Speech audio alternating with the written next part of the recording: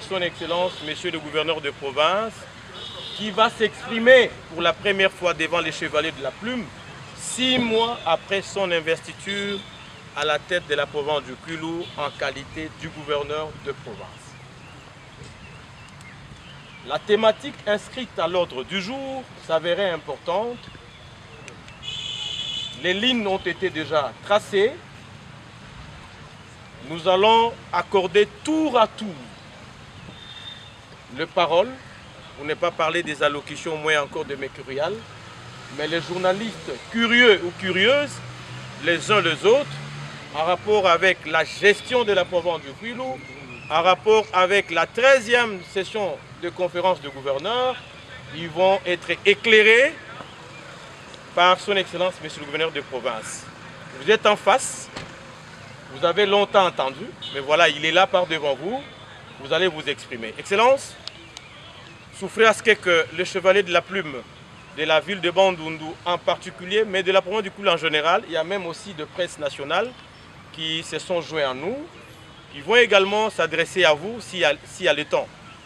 Mais s'il n'y a pas le temps, ce n'est qu'une partie remise. Prochainement, ils peuvent également s'exprimer d'une manière ou d'une autre. La thématique inscrite, c'est la 13e session de conférence de gouverneurs. Pour les uns, c'est l'annulation. Pour les autres, c'est les reports. Pour les uns également, rien n'a été fait. Pour les autres également, le gouverneur est absent. Mais pour certains, ils disent, écoutez, c'est une distraction.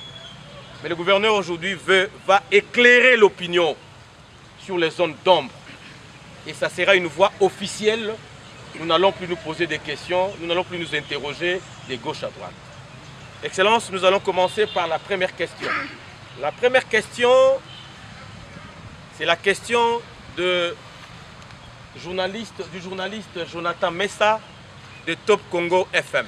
Initialement prévu du 9 au 13 décembre, mais la décision a fait l'objet de plusieurs interprétations. Certains ont parlé de l'annulation, d'autres encore ont distillé qu'il y a un complot politique. La province serait victime de l'injustice sociale et politique. Pouvez-vous nous dire la vraie raison qui a motivé la décision prise par le secrétariat général permanent de la conférence des gouverneurs? Avant de répondre à cette question, je vais commencer d'abord par vous relater l'histoire des conférences des gouverneurs. La conférence des gouverneurs est constitutionnelle. La conférence des gouverneurs, c'est toute une institution. C'est comme ça que les résolutions prises lors de la conférence des gouverneurs sont applicables à tous.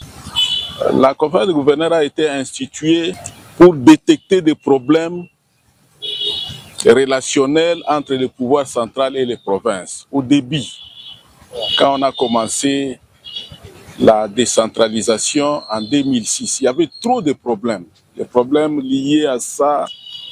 Et on s'est dit, on se retrouve dans cette conférence des gouverneurs pour lister sous forme d'un brainstorming tous ces problèmes.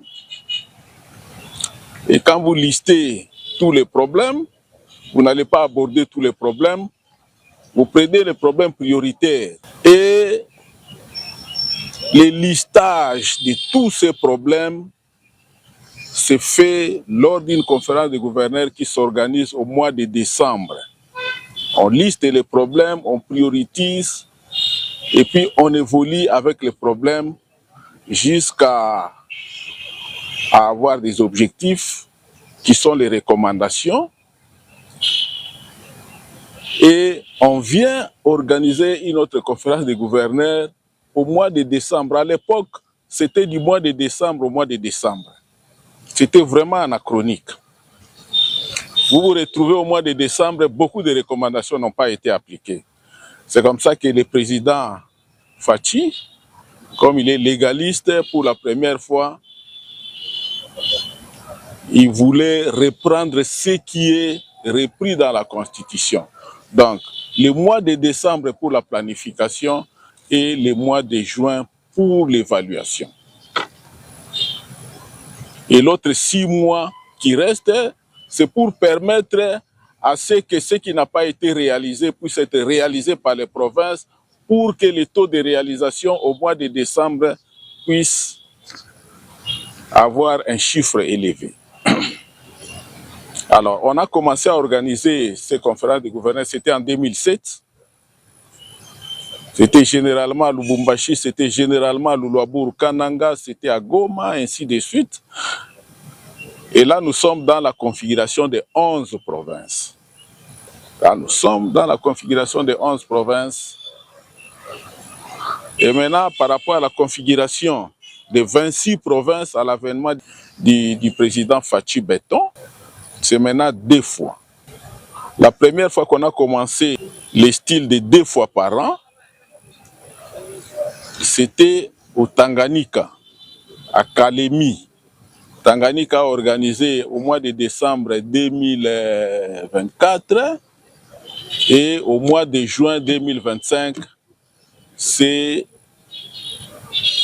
la province du Lualaba avec comme capitale Kolwezi. Et nous avons été cités comme pratiquement la 2e province dans ce style-là. C'était le mois de décembre. On nous a planifié au mois de décembre. Bon, je crois que nous, on a fait ce qu'on pouvait faire. Ce qu'on pouvait faire. Personne ne fait des choses à 100%.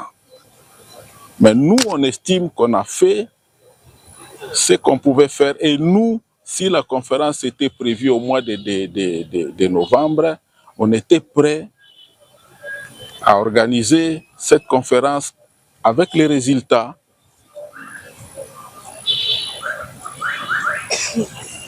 Mais les raisons du report, je crois que vous les trouvez dans les communiqués du secrétaire permanent. Je crois que ces communiqués-là, pour ceux qui ont les numéros de téléphone, on va vous balancer. Et dans ces communiqués, on vous évoque les raisons du report. On dit qu'il y a des techniciens qui étaient sur le terrain, qui étaient en train d'évaluer. Alors, c'était pour permettre à ce que ces techniciens-là rentrent, fassent leur rapport, qu'on a dit, comme ces techniciens ne sont pas encore rentrés, et on fait les rapports. Les raisons sont dans ce communiqué de presse que je vais balancer à certains d'entre vous, et c'est là où vous trouverez les raisons. La conférence des gouverneurs est organisée comme ceci. C'est le chef de l'État qui est le président. La première ministre est le vice-président. Le ministre de l'Intérieur est le rapporteur.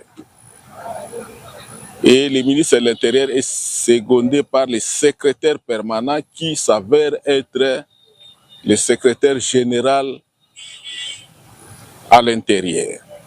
Voilà ce que je peux donner comme réponse. Donc, les reports, ce n'est pas la délocalisation. Les reports, ce n'est pas la délocalisation et les reports, ce n'est pas l'annulation. Nous avons la chance dans les Kwilu d'avoir des villes et j'en appelle à l'unité de ces 2 populations. J'en appelle vraiment à l'unité de ces 2 populations. Le chef de l'État va venir dans notre province. Il faut vraiment que nous puissions montrer que nous sommes unis. Voilà ce que je pouvais donner comme réponse à cette question. Monsieur le gouverneur, d'autres provinces ont choisi de grandes salles pour organiser la conférence des gouverneurs. Mais pourquoi chez nous, ici au Kwilu, vous avez opté pour des chapiteaux? Et explique-nous un peu ces chapiteaux. Les chapiteaux en question, sont-ils déjà ici à Bandundu et combien de temps prendra-t-il pour son installation? Il faut connaître les réalités de notre pays. Hein. La plupart des bâtiments que nous avons, la plupart des grandes salles que nous avons sont des salles qui sont devenues vétustes. Les autres conférences, je n'avais pas assisté, mais moi j'ai assisté aux conférences qui se sont organisées au Palais de la Nation. Pendant l'épidémie d'Ebola, je crois qu'il y avait 2 ou 3 conférences, 2020, 2021 et 2022. Ces conférences se sont organisées à Kinshasa, au Palais de la Nation. Le Palais de la Nation, c'est là où on a proclamé l'indépendance de notre pays. C'est une salle exiguë. Et à l'époque, j'étais directeur de cabinet. Je partais comme directeur de cabinet, comme expert. Nous, les experts, on n'entrait même pas dans la salle. Ceux qui entraient dans la salle, c'était les gouverneurs de province qui sont les participants, les 26 gouverneurs qui sont les participants, les 26 présidents des assemblées qui sont des observateurs, et il y a les ministres nationaux qui viennent animer les thèmes et qui sont les panélistes. Mais nous, comme on était des experts, on était dehors. Alors, la première fois que j'ai assisté à une conférence des gouverneurs en dehors de la ville de Kinshasa, c'était à Mbandaka. À Mbandaka, le secrétariat permanent a loué un avion et dans cet avion-là, il y avait le gouverneur, le président des assemblées, les experts. On est arrivé à Mbandaka. Je crois qu'on était avec le chef de division Kipoyi. Je ne sais pas s'il est là. On était aussi avec Maître Mouma. Il y avait beaucoup de faiblesses dans l'organisation de cette conférence. Nous, on était partis chercher un logement chez quelqu'un qui avait travaillé à Vodacom ici. On logeait là-bas, on mangeait là-bas. Mais on a vu que la conférence était organisée dans un chapiteau. Dans un chapiteau qui était placé à côté du gouvernorat. Comme nous avons notre gouvernorat ici, à côté du gouvernorat. On a assisté à cette conférence avec ses forces et faiblesses, mais à la fin, il y a eu des résolutions. Alors, depuis ce temps-là, après l'Équateur, on a organisé la conférence dans les Tanganyika, à Kalemi. Et là, on est allé plus loin, on a amené des chapiteaux. Un chapiteau qui a servi de la salle de conférence et un autre chapiteau qui a servi de la salle de restaurant. Il y avait des faiblesses, il y avait des forces. Je crois qu'à cette conférence-là, moi, je n'étais pas parti. C'était Maître Louma qui avait représenté les gouverneurs Kiwaïs, parce qu'on était pendant la période des élections. Il était avec les Dirkaba Kangeji, et il était avec Maître Mouma aussi. Alors, depuis un certain moment, on a pris cette habitude-là. Alors, nous, on s'est dit que nous sommes la province du Kwilu, faisons quand même une innovation. Il ne faut pas que on organise la conférence et 2 jours après, on enlève les chapiteaux. Les chapiteaux rentrent. Généralement, c'est la présidente qui amène ces chapiteaux. 2 jours après, on enlève les chapiteaux restent à Kinshasa. Et la province reste avec quoi? On a dit aussi que le temps est court, on ne peut pas construire. C'est comme ça que nous avons voulu faire un contrat avec une entreprise, commander les chapiteaux à Dubaï, des chapiteaux modernes qui a une durée de vie de 25 à 30 ans. Les chapiteaux que vous voyez au palais du peuple, donc un chapiteau avec climatiseur, avec restaurant, un chapiteau avec toilette à l'intérieur. Mais il fallait que le gouvernement central nous aide à payer la facture. Par rapport à ça, la machine pousse encore. C'est seulement la partie gouvernementale qui ne respecte pas, mais la société OGEC que vous voyez là-bas, et ils sont en train d'avancer par rapport à ce qui était prévu dans les contrats. Ils nous ont donné 10 motos qui sont là à ma résidence. Ils sont en train d'aménager les socles. Et ce sont des grands chapiteaux de 65 mètres sur 45.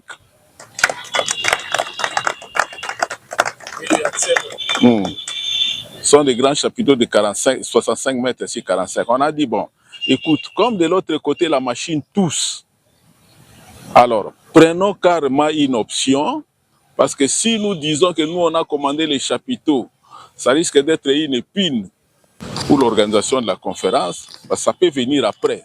Alors c'est comme ça qu'on a dit, on va écrire pour demander, parce qu'on ne connaît pas quand est-ce qu'on va libérer l'argent, on va écrire à la présidence pour que la présidence puisse amener des chapiteaux.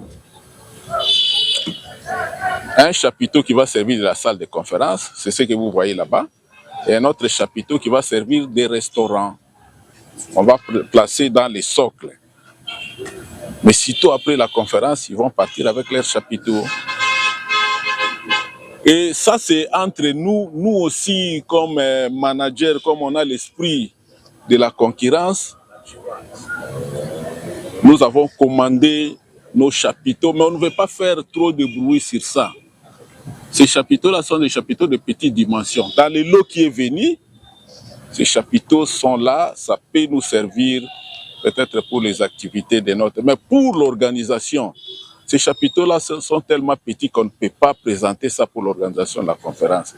Mais pour le fonctionnement de notre province à l'avenir, on pourra utiliser ces chapiteaux-là. Donc, je crois que j'avais déjà signé même l'ordre de mission pour que les gens viennent de Dubaï pour venir monter ces chapiteaux. Ils ont dit, ils ont seulement 10 jours. Ce sont les experts. Donc, aujourd'hui,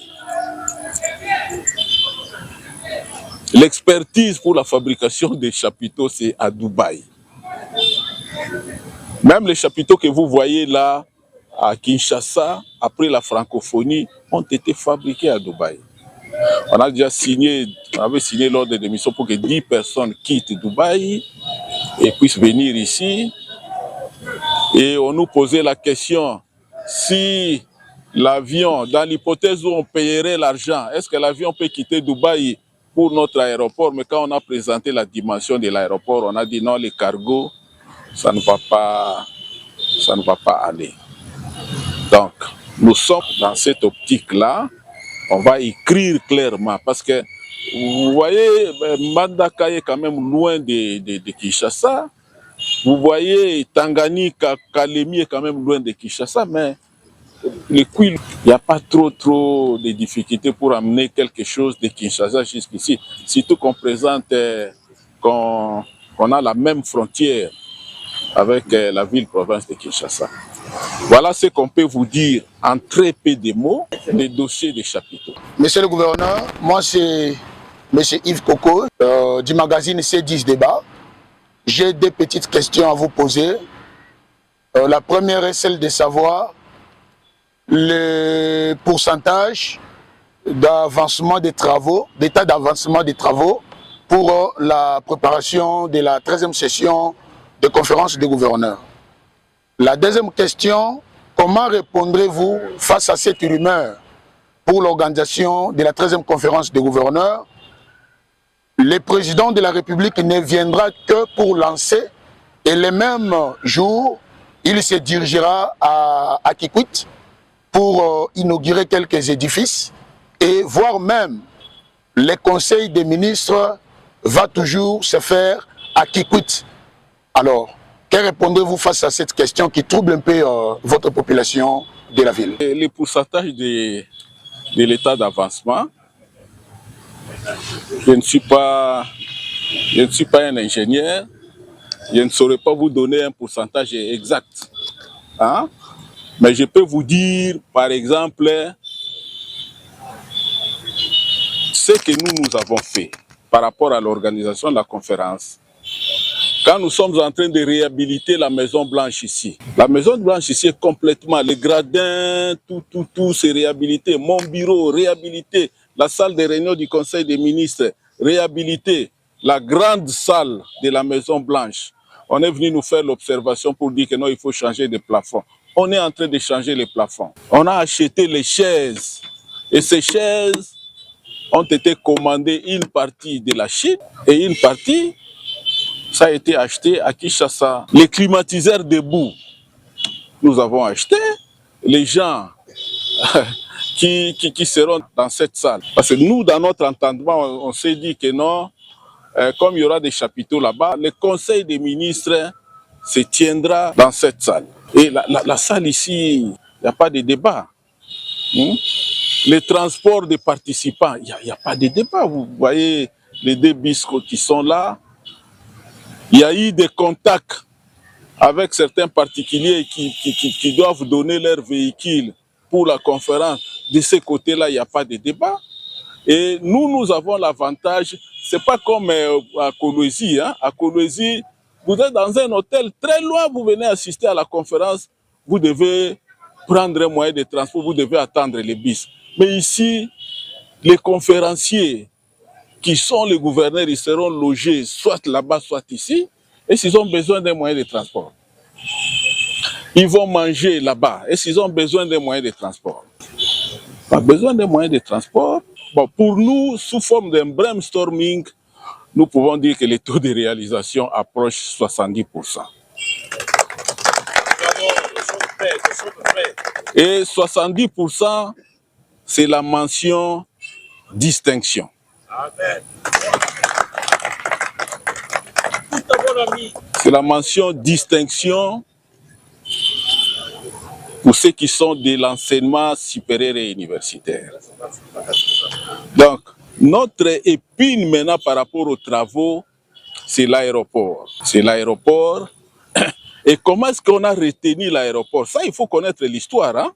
Il faut connaître l'histoire parce que nous terminons la conférence des gouverneurs à Kolwezi. Nous faisons un mois avec le président de l'Assemblée en train de tourner partout, en train de toquer toutes les portes.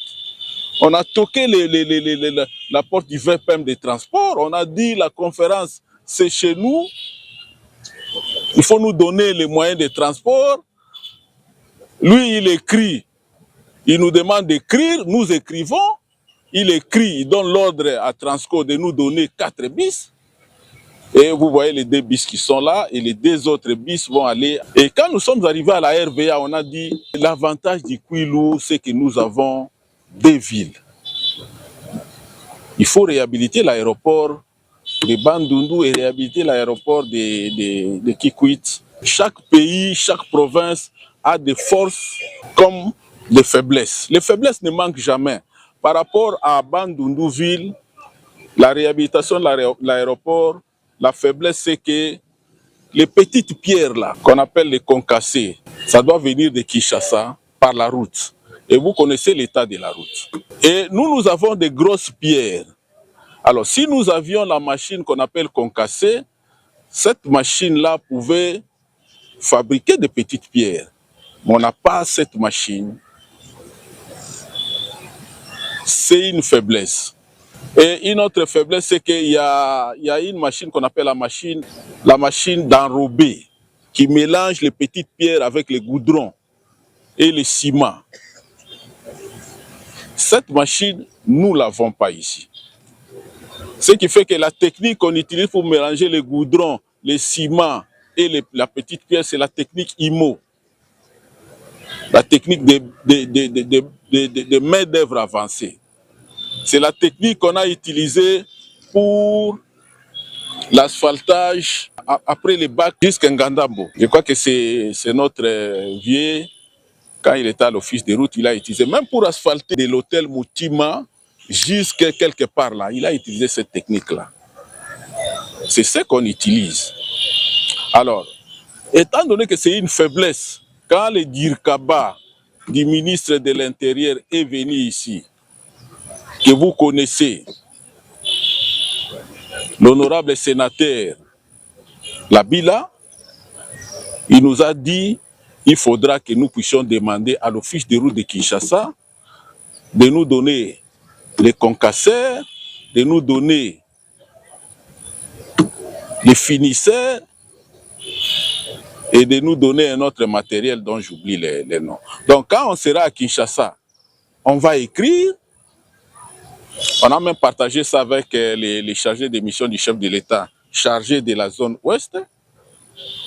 Quand on sera à Kinshasa, on va écrire au ministre des ITPR avec copie pour information au chef de l'État et au ministre et au DG de l'Office des routes pour que ces matériels arrivent ici. Ça, c'est la première hypothèse. La deuxième hypothèse, c'est de chercher Karma, une autre entreprise qui va sous-traiter.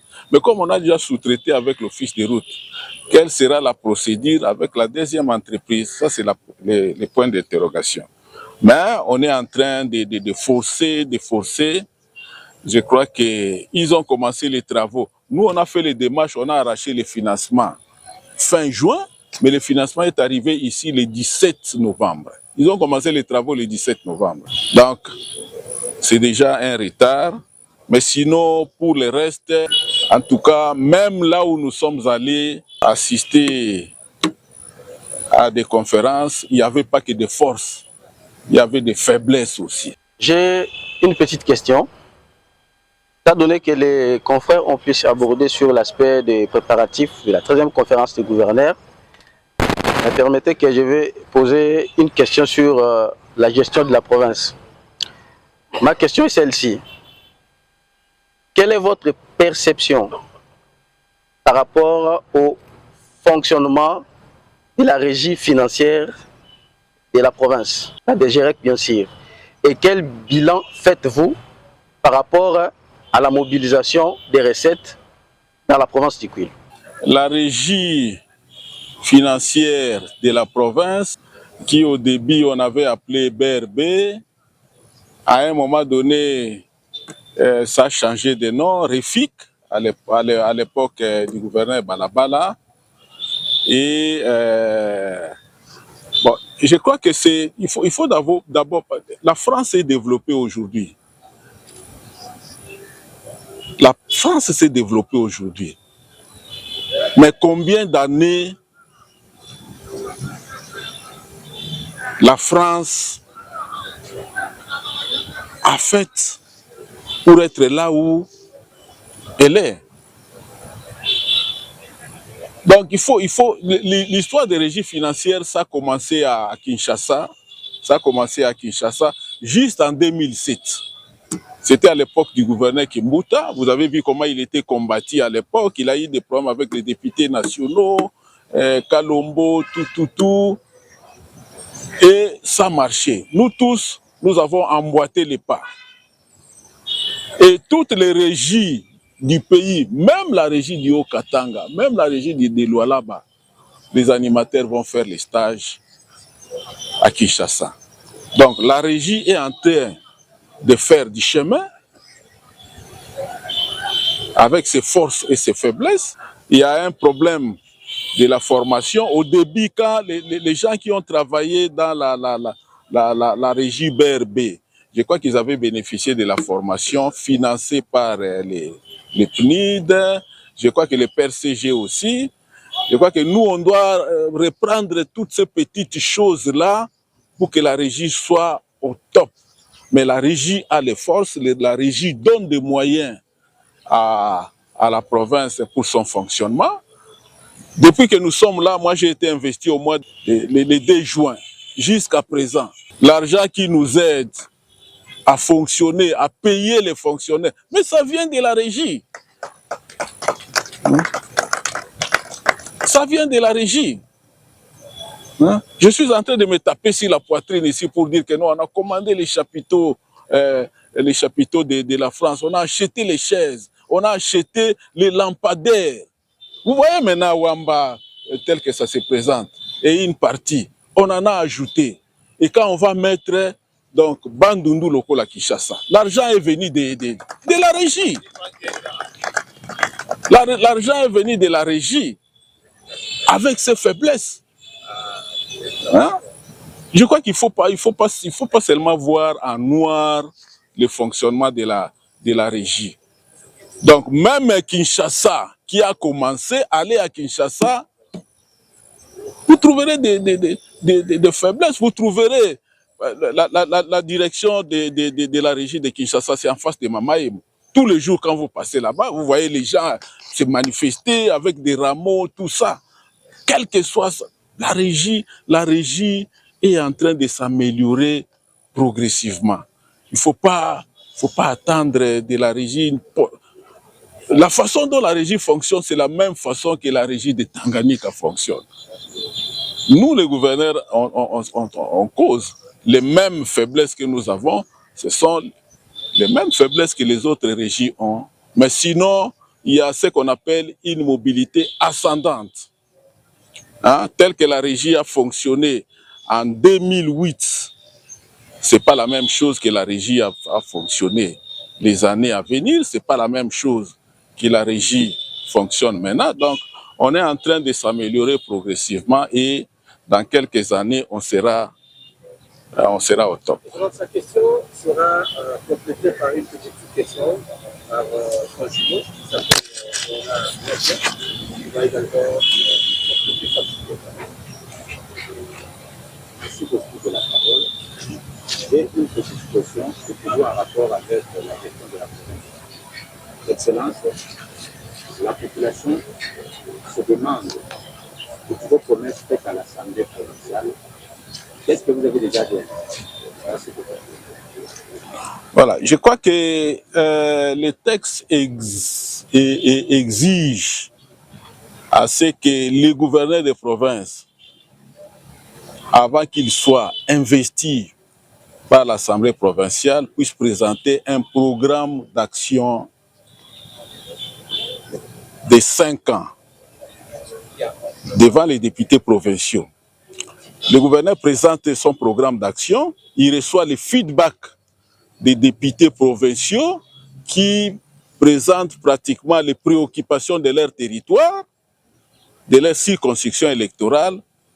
Et quand le programme est accepté, ça devient le programme d'action de la province. Et si vous avez l'habitude de lire, vous allez trouver que le programme d'action est réparti en 5 axes. Je vais citer comme ça sous forme de brainstorming. La gouvernance provinciale et locale, la relance de la production agricole, la réhabilitation des routes, les infrastructures,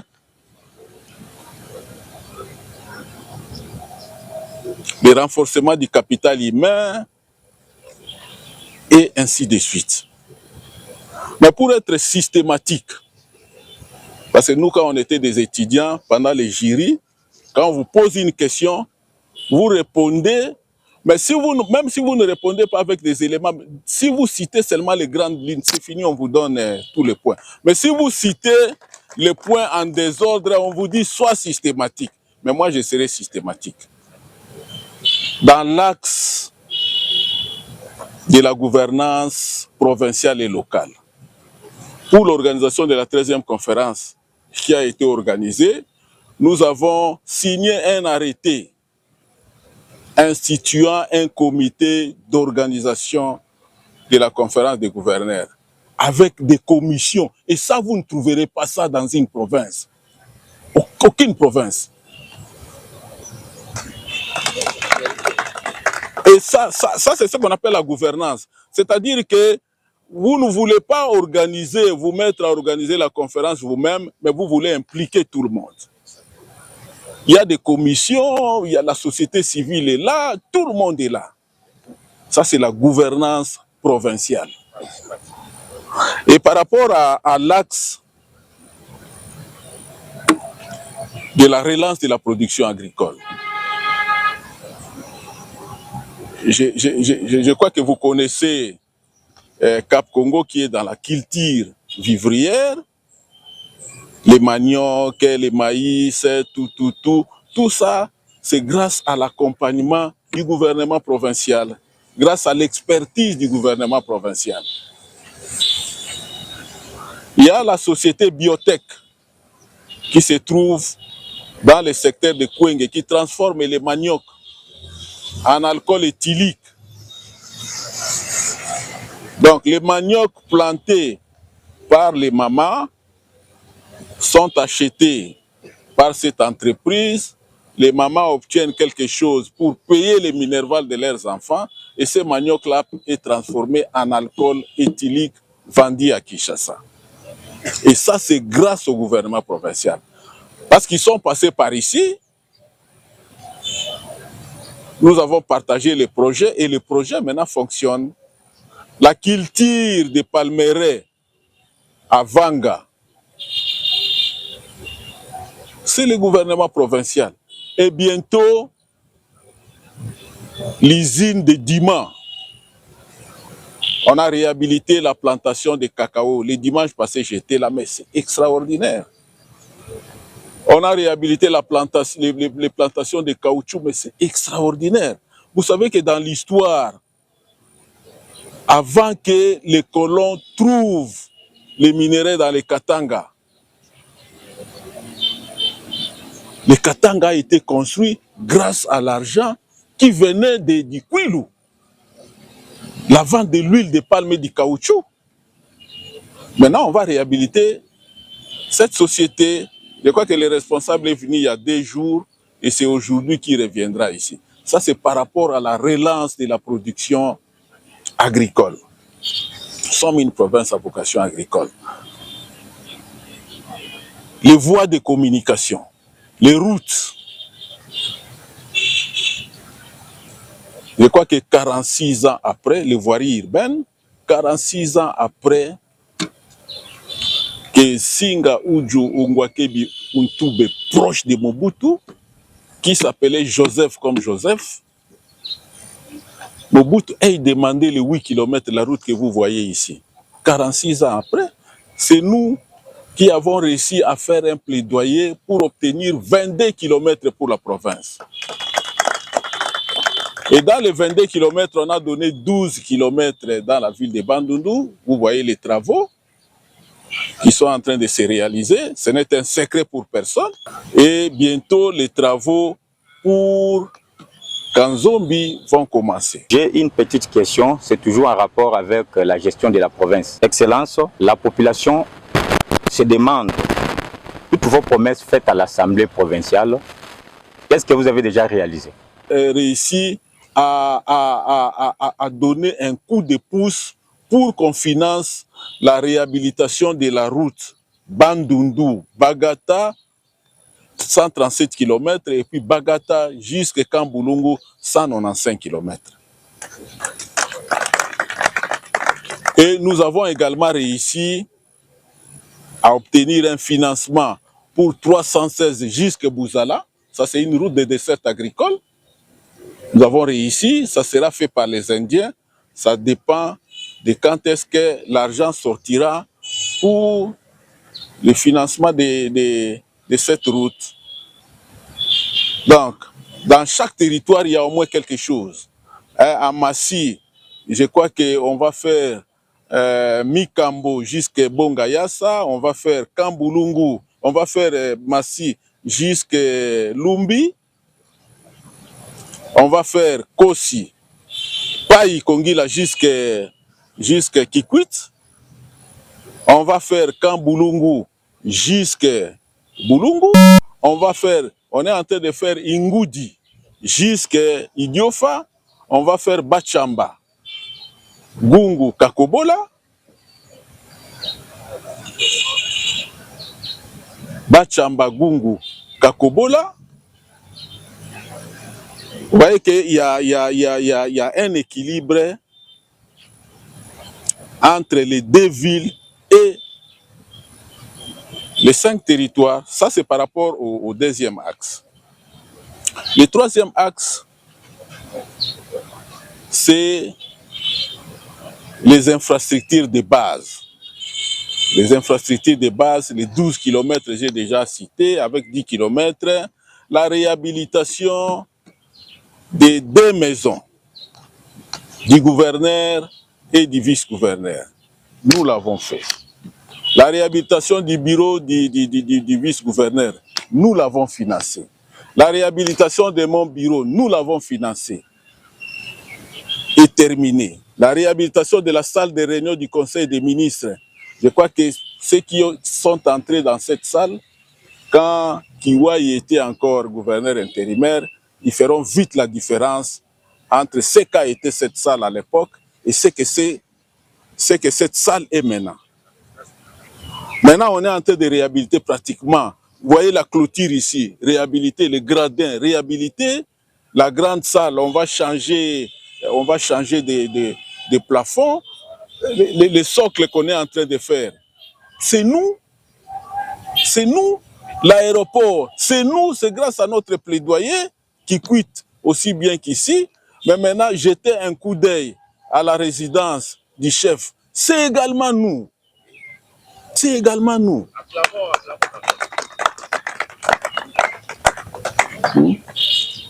Donc, l'éclairage public que vous allez vivre, c'est nous. Les chaises que vous verrez à la salle de réunion, c'est nous. Nous avons appuyé la réhabilitation de la salle du commissariat provincial de la police. Il est un secret pour personne que ce bâtiment-là a été victime des dégâts, des pluies. Et nous avons contribué, nous avons appuyé. Nous avons réhabilité les bacs de Bagata. Nous avons pris en charge les déplacements de la pelle excavatrice, la pelle que vous voyez là. C'est nous qui avons supporté les transports. C'était parti d'abord de Chikapa jusqu'à Kikwit, et de Kikwit, c'est arrivé ici. C'est nous, la niveleuse, c'est nous. Non? Voilà, en très peu de mots, les bus que vous voyez, c'est également une réalisation parce qu'il faut avoir un leadership assez avancé pour convaincre les ministres nationaux des Transports, parce que beaucoup de gouverneurs ont tenté, ils n'ont pas réussi. C'est également nous. Les chapiteaux, c'est nous. Donc voilà les résultats en 6 mois. En 6 mois, si nous avons fait ça, et quand on fera 2 ans, ça sera comment? Quand on fera 5 ans, ça sera comment? Donc, pour nous, on peut aujourd'hui se taper sur la poitrine pour dire que pendant les 6 mois, on n'a pas dormi, pendant les 6 mois, on a travaillé et on est performant. On est performant. Peut-être on peut faire une auto-évaluation pour dire qu'on a tel pourcentage, mais c'est à vous, à nous évaluer pour dire est-ce qu'on a dormi ou on a travaillé. Parce qu'il faut dire que les élections, on a fait les élections en retard ici, une année après les autres provinces. Mais voilà là où nous sommes. Excellence, Monsieur le Gouverneur, les dernières statistiques de l'UNICEF renseignent 5,8 millions d'habitants pour la province du Kwilu. Alors, à ce jour, quelle est la politique publique mise en place par votre gouvernement afin de répondre aux exigences de cette population? Le monde entier a les regards fixés à cet accord. Je ne sais pas quelle lecture en faites-vous. Est-ce que c'est une diplomatie gagnée, réussie par le chef de l'État, ou bien c'est un chapelet plein de bonnes intentions qui n'aboutira peut-être pas à une solution efficace et durable? Merci. 5,8 millions d'habitants pour la province. Je crois qu'il faut prendre ça avec beaucoup de réserve. La seule institution fondée et autorisée à donner les chiffres sur la population d'un pays, je crois que c'est l'INES, mais c'est après le recensement. Le dernier recensement a été organisé dans notre pays en 1984. Et depuis là, on fait les taux d'accroissement de 3%, 3%. Et il est permis de faire les taux d'accroissement 3 fois. Mais nous, comme on a fait ça plus de 3 fois, on est dans les estimations. Dans les estimations. Mais la population d'un pays, c'est un dénominateur. C'est important. C'est important parce que vous planifiez ce que vous faites en fonction de la population. Et dans les détails, il faut aller même jusqu'à dire que cette population-là, la tranche d'âge des femmes, des femmes en âge de procréation, les femmes qui peuvent procréer et de combien les enfants, ainsi de suite. Comme ça, vous planifiez, parce que pour les enfants, vous devez commander les vaccins en fonction de ça. Donc, la population, c'est un élément très important dans la planification pour les politiques publiques. Mais les politiques publiques tournent autour du programme d'action du gouvernement. C'est dans le programme d'action du gouvernement où vous voyez tout ce que le gouvernement a comme intention de faire pour améliorer les conditions de vie de la population. Et améliorer les conditions de vie de la population, c'est un but. Mais il faut aller jusqu'à dégager les objectifs généraux, jusqu'à dégager les objectifs spécifiques, les activités. Et si vous regardez les plans d'action, vous avez tous ces éléments-là. C'est comme ça que je vous renvoie toujours au plan d'action, parce qu'un citoyen responsable doit être capable de chanter ce qui est prévu dans le plan d'action. Si vous chantez ce qui est compris ce qui est repris dans le plan d'action, vous êtes capable de recadrer ce que fait un gouvernement pour dire que non, vous avez prévu ça, mais vous ne faites pas ça. Donc, ce que nous avons prévu comme politique publique est repris dans notre programme d'action. Je crois que si le cœur vous en dit, vous pouvez passer au secrétariat pour avoir la copie de ce plan d'action, aussi bien qu'en soft qu'en dire. Bon, Niro, l'accord de Washington, je crois que c'est une très très bonne chose. Hein? C'est une très très bonne chose parce que s'il y a les qualités que notre chef de l'État a, c'est la diplomatie. C'est un diplomate. Parce qu'il a exercé ses fonctions quand il était secrétaire général de l'IDP, chargé des relations extérieures. Regardez ce qu'il est en train de poser comme acte sur le plan de la diplomatie et arriver à signer cet accord à Washington devant tout le monde. Je crois qu'il faut vraiment, il faut lui jeter des fleurs. Mais lui-même a dit qu'il va respecter les engagements. Mais il faut aussi que la partie adverse puisse respecter les engagements. Mais sinon, c'est vraiment une très très bonne chose et nous devons remercier et féliciter les chefs de l'État pour ça. Matondo mingi, mfumu keti ngelunga tendula na population mambu nyonso yengemi katuka kutuba na Kikongo samu na permettre bantu ankaku na kulandanye. La question il y a report, vous mettez des reports qui annulation vers, report qui délocalisation vers. Par raison il y a report qui est évoqué, na communiqué, il y a secrétaire permanent pour Tindila Kaba province. Je crois que pour chacun d'entre vous, pour les gens qui veulent, je vais leur envoyer la copie de ces communiqués. C'est là où ils vont trouver les raisons. Mais par rapport à ma Kambouya, ma communiqué, bon me tout bata, bon me reprocher à ta partie mon suivant. Bon me reprocher à ta partie mon suivant.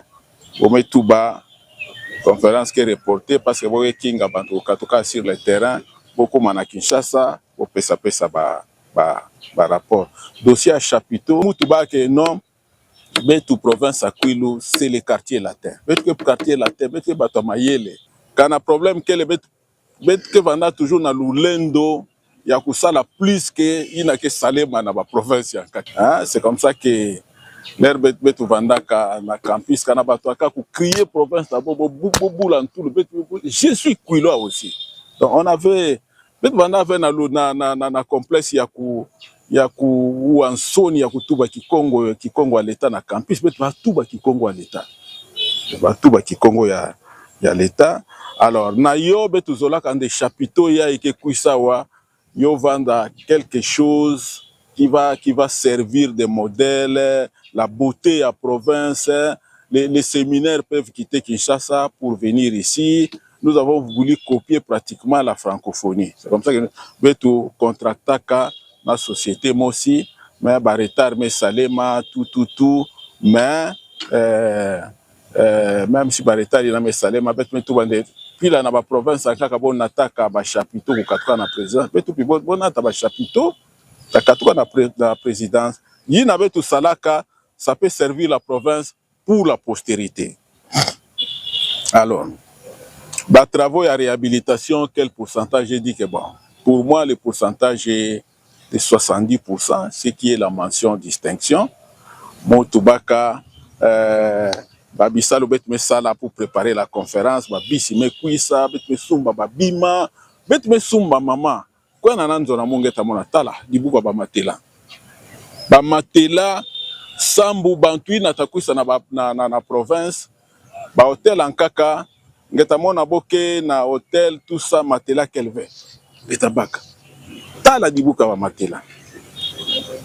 Hein? Donc, Betke Bantoa Lulendo, Betke Sala pour représenter la province, mais même si Betke Bantoa Lulendo, Betke Sala Nyon Sauvé, mais Betke na fierté na yi na Betke Sala déjà. Bon, faiblesse na Betke Kakabe Tutubande aéroport, parce que Mata dit que Katoua na Kinshasa, machine Kelver, Betke Tutubande pour trouver la solution na Bimaïna, Betalomba machine na Kinshasa, na office de route nationale, yo Kuisawa. Yo sala babisalo yo ko accélérer babisalo sambu yo kwena na toile mais kisalo ya ebetke sala yo eka kisalo na betu vert yo kisalo na benu population de temps en temps benu benu lutaka benu bege luta beme kuma kimuntu kana be manisa vert en tout cas betaba na benu d'accord vert c'est ça le suivi et évaluation. Le suivi ce n'est pas seulement le gouverneur. L'appropriation, c'est tout le monde. Nge mona directeur office de route nge tuba. Ki salu na nge manisa. Nge me kuma nan ki niveau. En tout cas, bete kinga nge il faut nge manisa. Nge mona agent ya nani, ya RVA tout ça. C'est ça le suivi. Donc il faut betu pour se partager. Ça mon aba réalisation ya gouvernement provincial bet mesala yina bet mesala. Ba en tout cas mona yo. Parce que mona yo ki makubumba na 20. En tout cas, mon ayo et la question bon me poser tout ça la politique publique, la politique publique d'un gouvernement responsable, ça ne sort pas de la bouche d'un gouverneur. C'est consigné dans un programme. C'est consigné dans un programme. Et ce programme, la programme il n'a que bon boussole. Songanzila, yo ke bo songanzila. Yonde mutu ke soke ke songa betu ne beta kwenda na gauche beta kwenda na droite beta kwenda na nani. Donc betu kele na boussole ke programme d'action na betu accord betu me féliciter président na betu ça mon signature ya accord ina yani mo sa metu bande ata respecter ba engagement betu ke féliciter et nous croyons pouvoir soutenir que betu ta kuma betu ta donc voilà na betu ta kutuka vraiment Nangemba pila betu bana tete. Merci.